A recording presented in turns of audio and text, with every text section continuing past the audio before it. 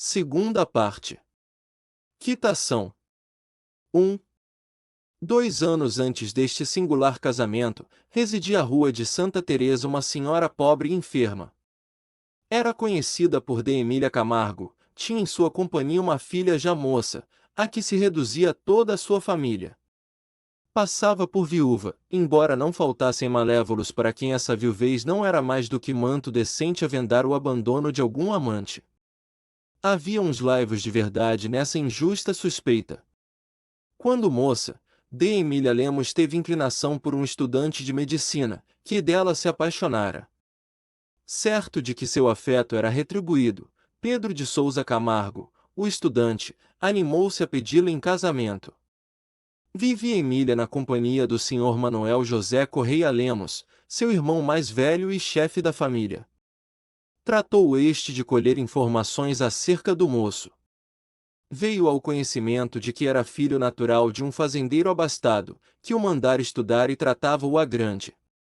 Não o tinha, porém, reconhecido, o que era de suma importância, pois além de existir a mãe do fazendeiro lá para as bandas de Minas, o sujeito ainda estava robusto e podia bem casar-se e ter filhos legítimos.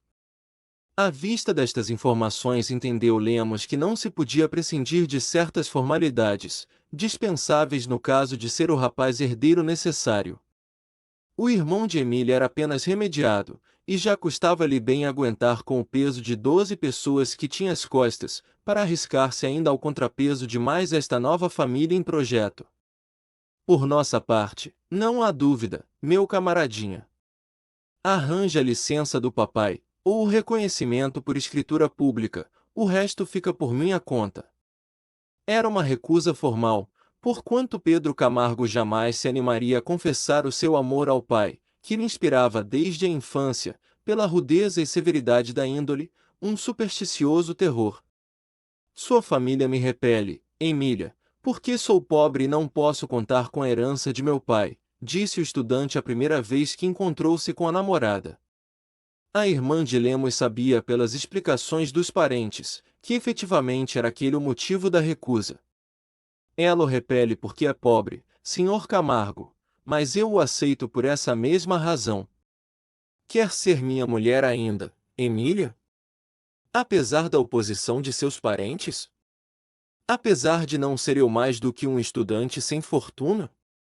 Desde que o motivo da oposição de meus parentes não é outro senão sua pobreza, sinto-me com forças de resistir. Que maior felicidade posso eu desejar do que partilhar sua sorte, boa ou má? Eu não me animava a pedir-lhe esta prova de seu amor, Emília. Você é um anjo. 15 dias depois, Pedro Camargo parava à porta de Lemos em um carro. Era a hora do chá, estavam todos na sala de jantar. Emília, que se recolhera a pretexto de incômodo, desceu a escada sem que a percebessem. No dia seguinte pela manhã, Lemos, de jornal aberto, tomava nota dos anúncios, tarefa habitual com que estreava o dia, quando lhe entregaram uma carta. A capa era de relevos, e o conteúdo um quarto de papel cetim com estas palavras: Pedro de Souza Camargo e de Emília Lemos Camargo têm a honra de participar a VS ao seu casamento. Rio de Janeiro, etc. Na casa de Lemos ninguém acreditou em semelhante casamento. Para a família, a moça não era senão a amante de Pedro Camargo, e por conseguinte uma mulher perdida. Entretanto o casamento fora celebrado na matriz do Engenho Velho, em segredo, mas com todas as formalidades, pois os noivos eram maiores, e haviam requerido as dispensas necessárias. Por esse tempo o fazendeiro Lourenço de Souza Camargo recebeu o aviso de que o filho vivia com uma rapariga que tirara de casa da família. Acrescentava o oficioso amigo que o estudante já se inculcava de casado, portanto não seria de espantar se coroasse a primeira extravagância com a loucura de semelhante união. Despachou imediatamente o velho um de seus camaradas, o mais decidido, com intimação ao filho para recolher-se à fazenda no prazo de uma semana. O emissário trazia a ordem terminante de conduzi-lo à força, caso não obedecesse. Pedro Camargo arrancou-se aos braços de sua Emília, prometendo-lhe voltar breve para não mais separarem-se. passados os primeiros assomos da irritação do velho, aproveitaria qualquer ocasião para confessar-lhe tudo. O pai, que o amava, não lhe negaria o perdão de uma falta irremediável e santificada pela religião. Faltou, porém, ao moço a coragem para afrontar novamente as iras do fazendeiro com a revelação do seu casamento. Preparava-se, fazia firme tensão, mas do momento propício fugia-lhe a resolução. Assim correram os dias, e prolongou-se a ausência de Pedro Camargo. Escrevia ele a sua Emília longas cartas cheias de ternuras e protestos, nas quais prometia-lhe partir dentro em poucos dias para levá-la à fazenda. Ao mesmo tempo e por intermédio de um amigo remetia à mulher os meios de prover a sua subsistência, enquanto não podia chamá-la para sua companhia, o que se realizaria logo que revelasse ao pai o segredo do casamento. Emília muito sofreu com essa ausência, não tanto pela posição falsa em que ficará, mas sobretudo pelo amor que tinha ao marido. Era porém feita para as abnegações, em suas cartas a Pedro, nunca lhe escapou a menor queixa. Longe de exprobrar-lhe os receios, que a mantinham na incerteza de sua sorte, ao contrário consolava do remordimento que sentia de sua própria timidez. Ao cabo de um ano, desvanecidas se não dissipadas as suspeitas do velho fazendeiro, consentiu ele que o filho viesse à corte de passagem. Reviram-se os dois esposos depois de tão longa ausência, e amaram-se nesses poucos dias por todo o tempo da separação. Encontrou Pedro Camargo já com 2 meses o seu primeiro filho, a que deu o nome de Emílio, apesar das instâncias da mãe, que instava por Pedro. Não, Pedro não, é o nome de um infeliz, respondia o marido com os olhos cheios de lágrimas. Continuou este singular teor da vida dos dois esposos que passavam juntos em sua casinha da rua de Santa Teresa algumas semanas intercaladas por muitos meses de separação. Essas ausências acrisolavam o amor, e lhe davam uma exuberância que mais tarde expandia-se com um ignoto fervor. Os dias que Pedro Camargo demorava-se na corte era uma bem-aventurança para 2 corações que se reproduziam um no outro. Emília se resignou à sorte que lhe reservara a providência, ainda assim julgava-se bem feliz com a afeição e ternura do homem a quem escolhera. Refletira que, sabendo de seu casamento, talvez se irritasse o velho fazendeiro, e destruísse de repente essa aventura que lhe coubera em partilha, a ela e seu marido. Além de que Pedro Camargo era filho natural ainda não reconhecido, seu futuro dependia exclusivamente da vontade do pai, que podia abandoná-lo como a um estranho, deixando-o reduzido à indigência. Esta circunstância influiu muito no espírito de Emília, não por si, que não tinha ambição, mas era esposa e mãe. A esse tempo já lhe havia nascido também uma filha que chamou-se Aurélia, por ter sido este o nome da mãe de Pedro Camargo, infeliz rapariga, que morrera da vergonha de seu erro. Convencida do perigo de revelar o segredo de seu casamento, Emília condenou-se a uma existência não somente obscura, mas suspeita. Bem custava à sua virtude o desprezo injusto que a envolvia, e o escárnio a pungia, mas era por seu marido e por seus filhos que sofria. Refugiava-se no isolamento, confortava-se com a esperança da reparação. Cresceram os 2 filhos de Camargo, ambos eles receberam excelente educação. As liberalidades do velho fazendeiro permitiam que Pedro tratasse a família com decência e abastança, tanto mais quanto não tinha ele cousa com que distraísse dinheiro daquele honesto emprego, a não ser o seu modesto vestuário. Haviam decorrido 12 anos depois do casamento de Pedro Camargo e estava ele com 36, quando seu caráter fraco e irresoluto foi submetido a uma prova cruel. Por diversas vezes mostrará o fazendeiro ao filho desejos de vê-lo casado, mas essas veleidades sem alvo determinado passavam, e as labutações da vida rural distraíam o velho das preocupações domésticas. Pedro Camargo quitava-se deste perigo com um pequeno susto. Afinal, porém, o pai exigiu formalmente dele que se casasse, e indigitou-lhe a pessoa já escolhida. Era a filha de um rico fazendeiro da vizinhança. Tinha ela completado os 15 anos, antes que a notícia deste dote sedutor chegasse à corte, tratou o velho Camargo de arranjá-lo para o filho. Pedro opôs à vontade do pai a resistência passiva. Nunca se animou a dizer não, mas também não se moveu para cumprir as recomendações ou antes ordens que lhe dava o fazendeiro. Este esbravejava, ele abaixava a cabeça, e passada a tormenta, caía outra vez na inércia. Quando o fazendeiro viu que apesar dos seus ralhos e gritos o filho não se decidia a visitar a moça, irou-se por modo que ameaçou expulsá-lo de casa, se não montasse a cavalo naquele mesmo instante para ir à fazenda vizinha ver a noiva e reiterar ao pai o pedido feito em seu nome. Pedro Camargo não disse palavra. Desceu a estrebaria, selou o animal, pôs à garupa sua maleta, e partiu, mas não para a fazenda vizinha. Foi ter a um rancho, onde contava demorar-se o tempo preciso para dar alguma direção à sua vida. Durante esta provança tinha continuado a escrever à mulher, mas ocultou-lhe o transe por que estava passando, para não afligi-la. A resistência à vontade do pai, a quem acatava profundamente, e as sublevações de sua consciência contra o receio de confessar a verdade, abalaram violentamente o robusto organismo desse homem forte para os trabalhos físicos, mas não feito para essas convulsões morais. Pedro Camargo foi acometido de uma febre cerebral, e sucumbiu no rancho aonde procuraram um abrigo, longe dos socorros e quase ao desamparo. Apenas teve para acompanhá-lo em seus últimos instantes um tropeiro que vinha para a corte. Trazia o infeliz consigo cerca de 3 contos de réis, que desde certo tempo começara a juntar com a intenção de estabelecer-se em alguma modesta rocinha, onde pudesse viver tranquilo com a família. A sorte não o consentiu.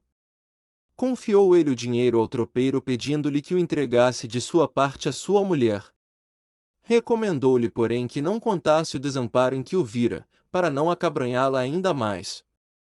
Cumpriu o tropeiro o encargo com uma probidade, de que ainda se encontram exemplos frequentes nas classes rudes, especialmente do interior.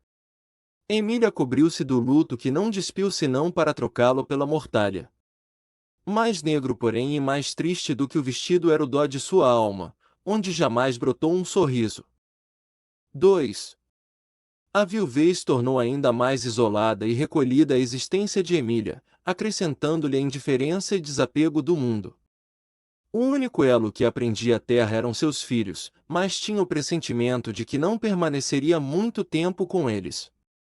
O marido a chamava, abandonou-se àquela atração que a aproximava doente a quem mais amara, e a desprendia aos poucos do espólio que ainda retinha neste vale de lágrimas. Só uma inquietação a afligia, ao pensar no próximo termo de seu infortúnio, era a lembrança do desamparo em que ia ficar sua filha Aurélia, já nesse tempo moça, na flor dos 16 anos. De sua família, não podia Emília esperar arrimo para a órfã. As relações, cortadas por ocasião de seu casamento, nunca mais se haviam reatado.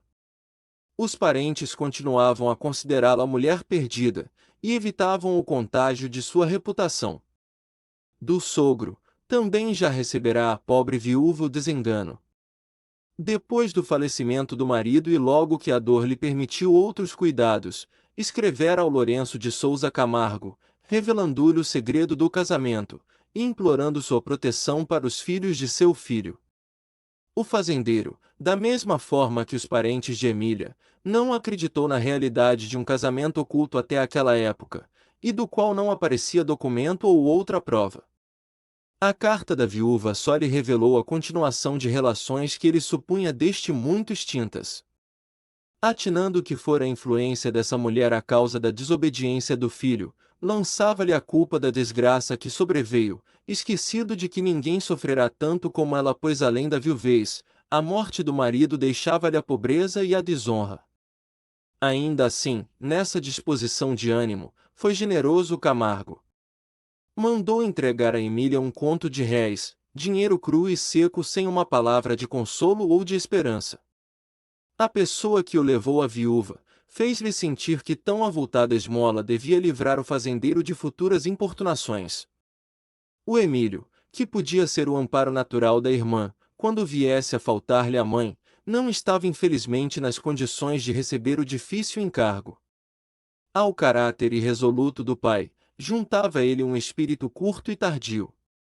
Apesar de haver frequentado os melhores colégios, achava-se aos 18 anos tão atrasado como um menino de regular inteligência e aplicação aos 12 anos. Reconhecendo sua inaptidão para alguma das carreiras literárias, Emília lembrará-se de encaminhá-lo à vida mercantil. Por intermédio do correspondente do marido e pouco tempo depois da morte deste, fora o rapaz admitido como caixeiro de um corretor de fundos. Por mais esforços que fizesse o pobre Emílio, não lograva destrinçar as efemérides financeiras do movimento dos fundos públicos e oscilações do mercado monetário. Isto que aí qualquer filhote de zangão, a quem não desponta ainda o bigode, havia em 2 palhetadas, era para Emílio ciência mais abstrusa do que a astronomia. Chegava a casa com a sua tábua de câmbios, o preço corrente, a cotação da praça e as notas que lhe havia dado o corretor. Sentava-se à mesa, preparava o tinteiro e o papel, mas não havia meio de começar. Seu espírito embrulhava-se por modo na tal meiada, que não atava nem desatava. Ao cabo chorava de raiva. Corria então Aurélia a consolá-lo. Sabia ela já a causa daquele pranto, cuja explicação uma vez lhe arrancara a força de carinho e meiguice. Tirava-o do desespero, animava-o a tentar a operação, e para suster-lhe os esforços ia auxiliando-lhe a memória e dirigindo o cálculo. A natureza dotara Aurélia com a inteligência viva e brilhante da mulher de talento, que se não atinge ao vigoroso raciocínio do homem, tem a preciosa ductilidade de prestar-se a todos os assuntos, por mais diversos que sejam. O que o irmão não conseguirá em meses de prática, foi para ela estudo de 1 semana.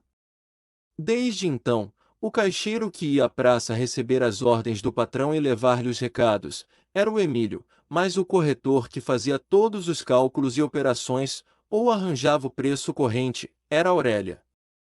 Assim poupava a menina um desgosto ao irmão, e o mantinha no emprego a tanto custo arranjado. Bem se vê, pois, que Emílio, longe de prometer um amparo à irmã, ao contrário tinha de ser, se já não era, um oneroso sacrifício para a menina, obrigada a consumir com ele o tempo e os poucos recursos, fruto de seu trabalho.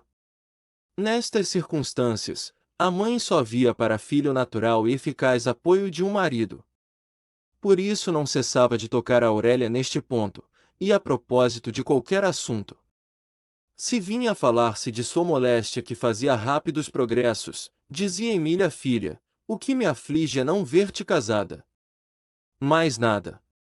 Quando lembravam-se que o dinheiro deixado por Pedro Camargo e a esmola do fazendeiro haviam de acabar-se um dia, ficando elas de indigência, acudia a viúva, se eu te visse casada.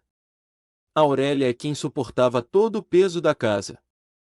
Sua mãe, abatida pela desgraça e tolhida pela moléstia, muito fazia, evitando por todos os modos tornar-se pesada e incômoda a filha.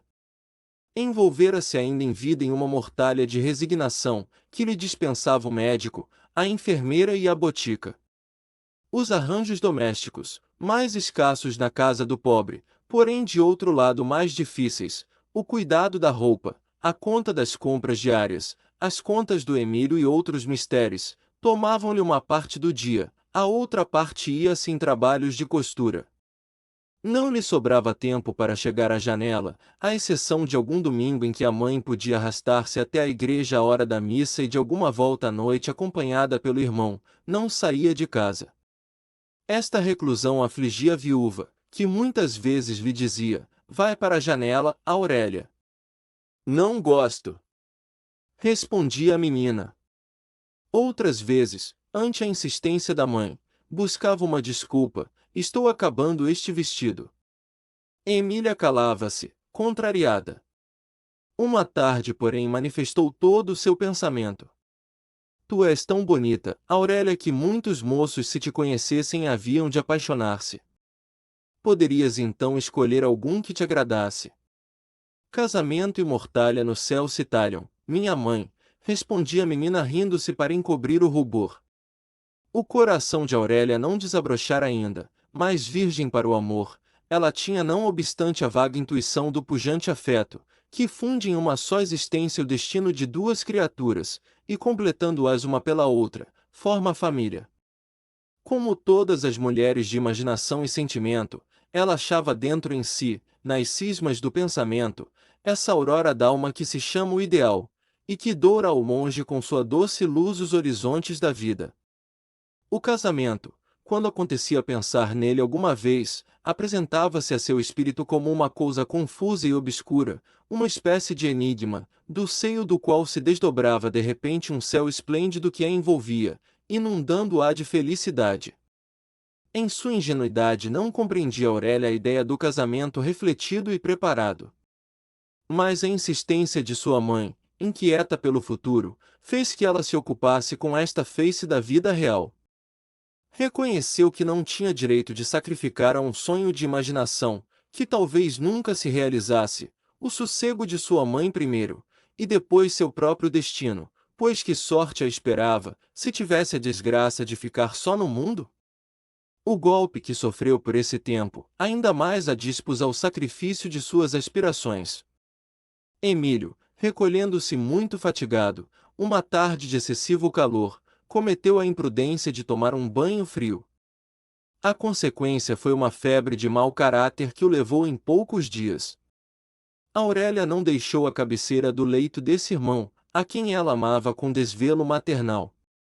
Os cuidados incessantes e os extremos de que o cercou, bem como a necessidade de acudir a tudo, foi talvez o que a salvou de ser fulminada por essa desgraça.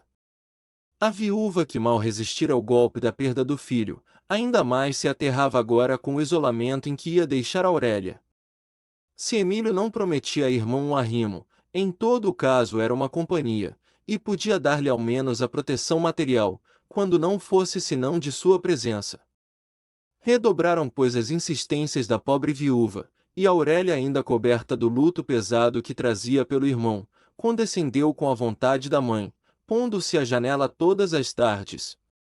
Foi para a menina um suplício cruel essa exposição de sua beleza com a mira no casamento. Venceu a repugnância que lhe inspirava semelhante amostra do balcão, e submeteu-se à humilhação por amor daquela que lhe dera o ser e cujo único pensamento era sua felicidade.